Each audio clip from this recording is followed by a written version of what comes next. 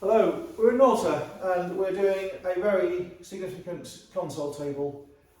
The word SOTTO SPECCHIO is another word they use for console tables in Malta, I suppose in Italy as well. But to me, this always will be a console table. For the greater market, it's going to be a console table. The comments today I'm going to make are meant to help you understand console tables. They're not meant to confuse you, though my comments are going to be rambling and confusing and contradictory. So what I'd like to suggest is that you read the description on the website in order to get the full broad width of the comments I'm making. There's no point in me just repeating what I've already written down. Console table, size table, hall table. The idea of a console table is to go in a reception room, not a bedroom piece of furniture, it's not a kitchen piece of furniture, a staircase piece of furniture, it's meant for the hallway. I refer to the code frequently. In a really good house, there would have been 2 console tables, there would have been 2 mirrors, there would have been 2 long chairs, there would have been 8 single chairs, there would have been 6 stools, there would have been matching planters, there would have been matching panelling, matching chandeliers. That's the full impact of what this is trying to do. Rococo, Baroque. In France they call Rococo Rocaille. In fact, we need to remember the French element in this piece of furniture. So we have a console table. You have to understand that this is not meant to stand in the middle of a room. And the reason I'm mentioning it is we installed another one of these in a hotel locally, an 18th century one. Almost the same, except it didn't have the stretchers. The thing about these console tables, they're quite high, it's counter height. It's higher than other tabletops, be aware of that. So this was being used in this hotel reception. And I said to the owner, I wasn't happy to put it in because it would fall over. You have a drunk customer, or you have a family with luggage, or you have some kids. This is going to break. These legs, in the absence of it being fixed to the wall, these legs are going to fall over. It'll pull over. It'll push backwards. With people leaning on it all the time, fidgeting around in a reception. This wasn't a safe thing to have in this reception room. So what we did in the reception of the hotel, this lobby, what we did is we got 2 stone pillars, quite really beefy ones, 2 round stone pillars, and we put them underneath it at the back. We didn't screw it down. We adhered it to the floor and the marble. The problem is the marbles are very heavy. I estimate that's 80 kilograms. It's stable when the weight is going through the feet. If you start to pull it around, it's exceedingly unstable. And if that hits your foot, you can kiss goodbye to your limb. So back to the background. Now, these have a flat back. It's a dead giveaway that it's to go on a wall. If you have one of these, please, please, please screw it to the wall. If you damage the original plank on the back, to make a fixing, it doesn't matter. Put it on, screw the damn thing to the wall, and then it can't pull forwards, and it will be relying on the inherent strength in the legs. The other thing about this mirror, this console table, and many console tables, is they were designed to have mirrors on top. Now this isn't the right mirror, we've just got this stuff on here for storage, but this, in my view, originally had a very, very tall mirror, and it would have been at least 2 or 3 times as high as this, and it would have been the full width of it. It would extend it right to the end. It would have come in a shaped curve, and then it would have gone up. And on this mirror, having this mirror also on the wall fixed, the bottom of the mirror wouldn't just be a piece of glass, it had a moulding on it, quite a wide moulding of shaped timber. So the mirror with its frame, the bottom of the moulded frame, was cemented, pushed down onto the marble, and would hold the marble in place. So there's another reason why if you have a console table with marble and you don't have a mirror, you need to be extremely careful with the marble. Now, before I forget, this particular console table, you can see on our website proper pictures. I'm not trying to hide it with this video.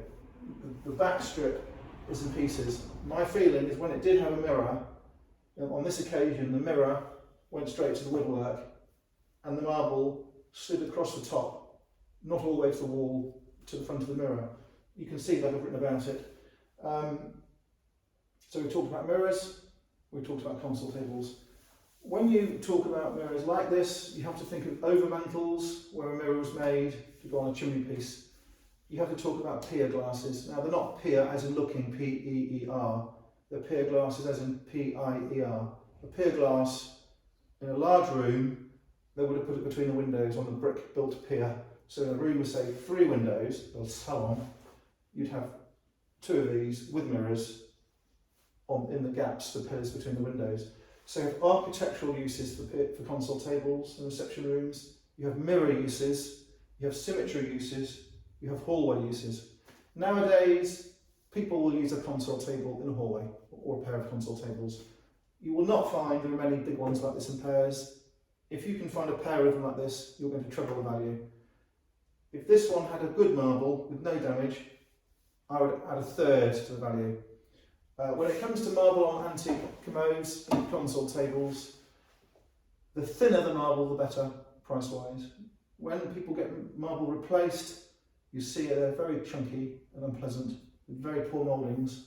But traditionally in the trade, from England where I come from, it is more difficult to cut thin marble. It's more difficult to transport thin marble as a sign of quality and value. So I really like this marble, and I would say it's original marble.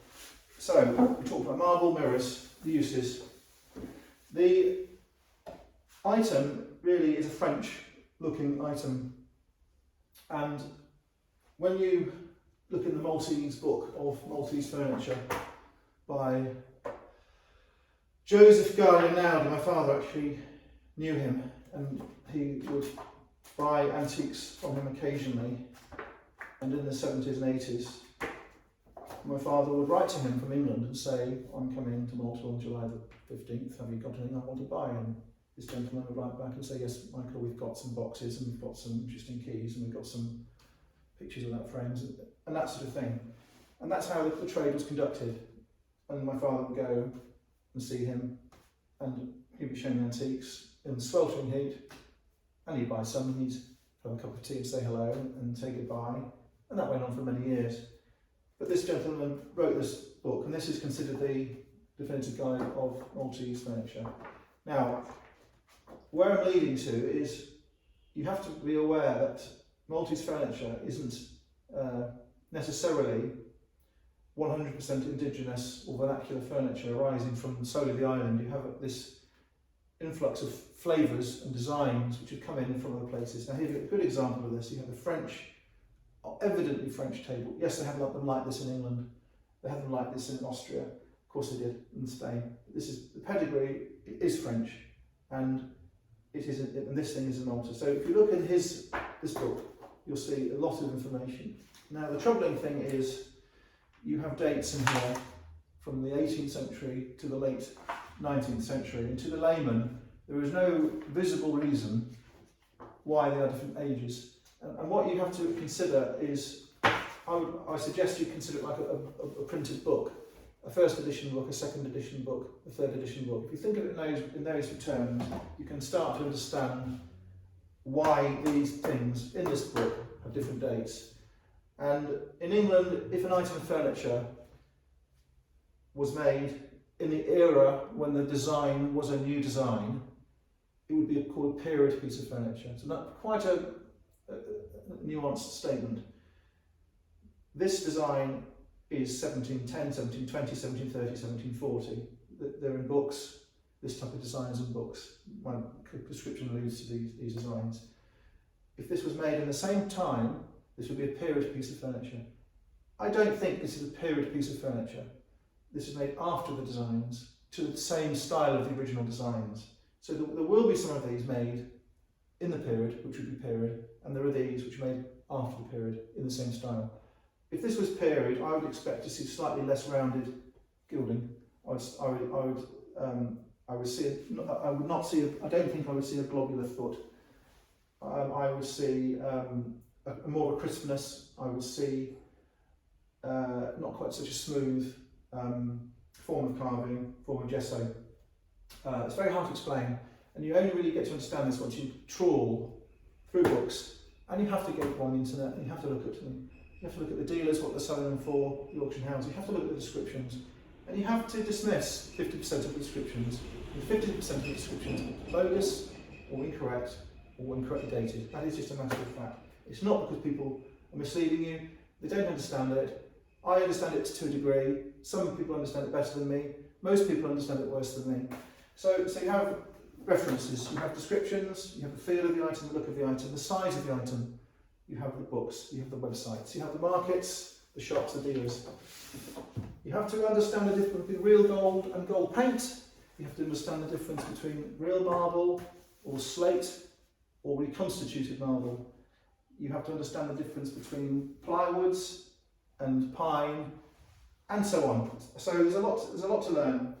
I'm going to show you some of the shapes which allude to this piece here. I'm going to use my finger because I can't see a pen. People say it's bombed.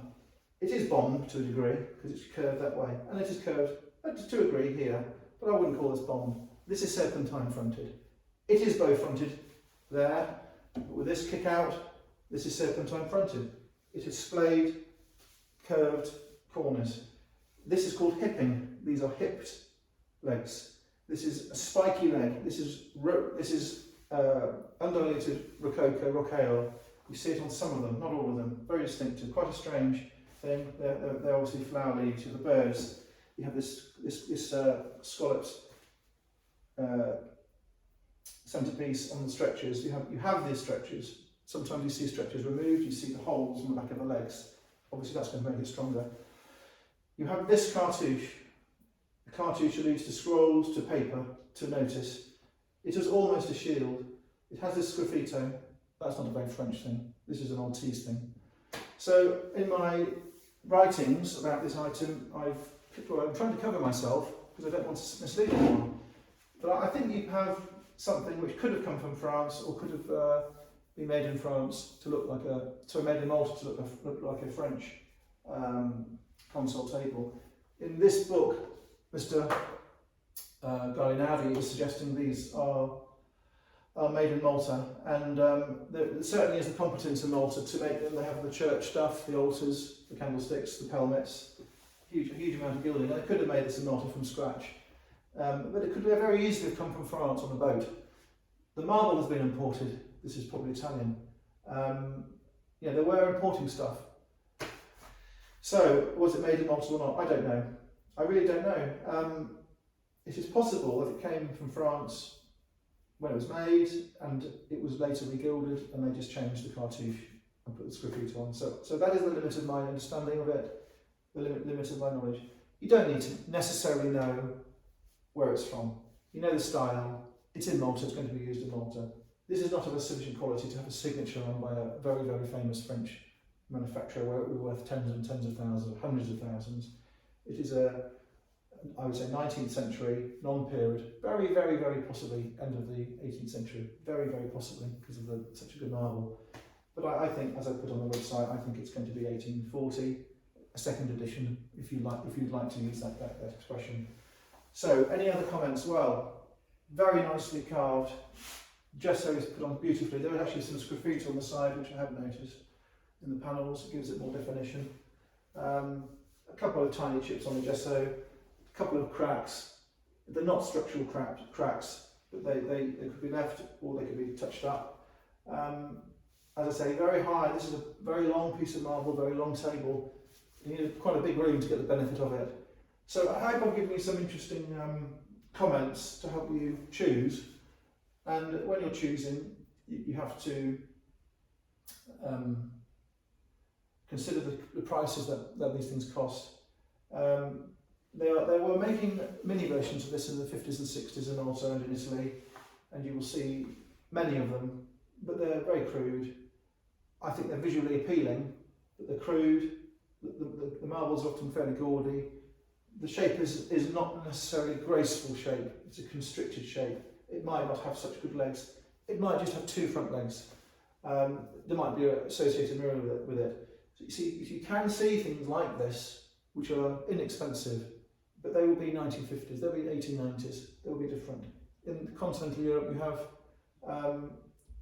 Empire or Regency console tables or George II console tables. Everybody's been brown wood with very simple shaped legs and square tops. So there's console tables and there's different console tables with plain ones. There's a German, Austrian Biedermeier style where you have a pale wood with a scrolled leg with black trim. They're beautiful, a different thing again, usually much later. So you have to understand the periods, different options you have. You can put a chest of drawers in the hallway, use it as a console table. There's lots of options you've got. The thing about this, it looks good from the side, from the front. You have a feeling of lightness and space. You see through to the back wall. The value of these old ones is becoming greater and greater. They're very, very hard things to ship. They're very brittle, very easy to smash. The marble particularly, you have to carry the marble upwards. If you pick it up from the tip, it'll just come off. Like you're breaking off a piece of parmesan, it just breaks off. You have to move them very carefully.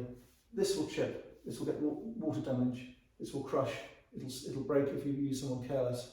They're ever so hard to move, they're very bulky. And one of the problems with selling these, if you want to sell it, you have to transport it. Let's say you send it to an auction house. You ring up someone in Malta and say, can you move this to an auction house? They can just say they want 150 euros to move it. And they will probably damage it. Make no mistake. It'll go to the auction house. If they put it in the storeroom, in between sales, they're going to move it for the sale, they're going to move it around, it's going to get damaged. It's going to be in the viewing, people will come in. I do it. They're having a feel. It'll get damaged. Something will go on top, it'll get dropped, it'll get chipped. That's what happens. It has to be bought, has to go to someone's house. They have to pay for someone to take it to the house. Has it got to go upstairs? Is it going to be just left standing wobbly, or is someone going to screw it to the wall? You need a tradesman to screw this to the wall. You can't use a little tiny drill. You've got to get someone in who can do it. What are they going to charge you to come to your house and screw it to the wall? They don't charge you 100 euros. You've got to be asking why not. So expensive things to handle, expensive things to buy.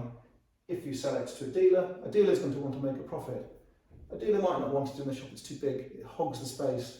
An auction house will take a commission, the buyer has to sell a buying commission. It's an expensive thing to deal with. It's not like a picture so much. So consider that. But once these go into homes, they tend to stay there for generations. And they really aren't many. If you said to me, Robert, please buy me in Malta today one of these, I would say there are 2 on the market, this size, in the whole island.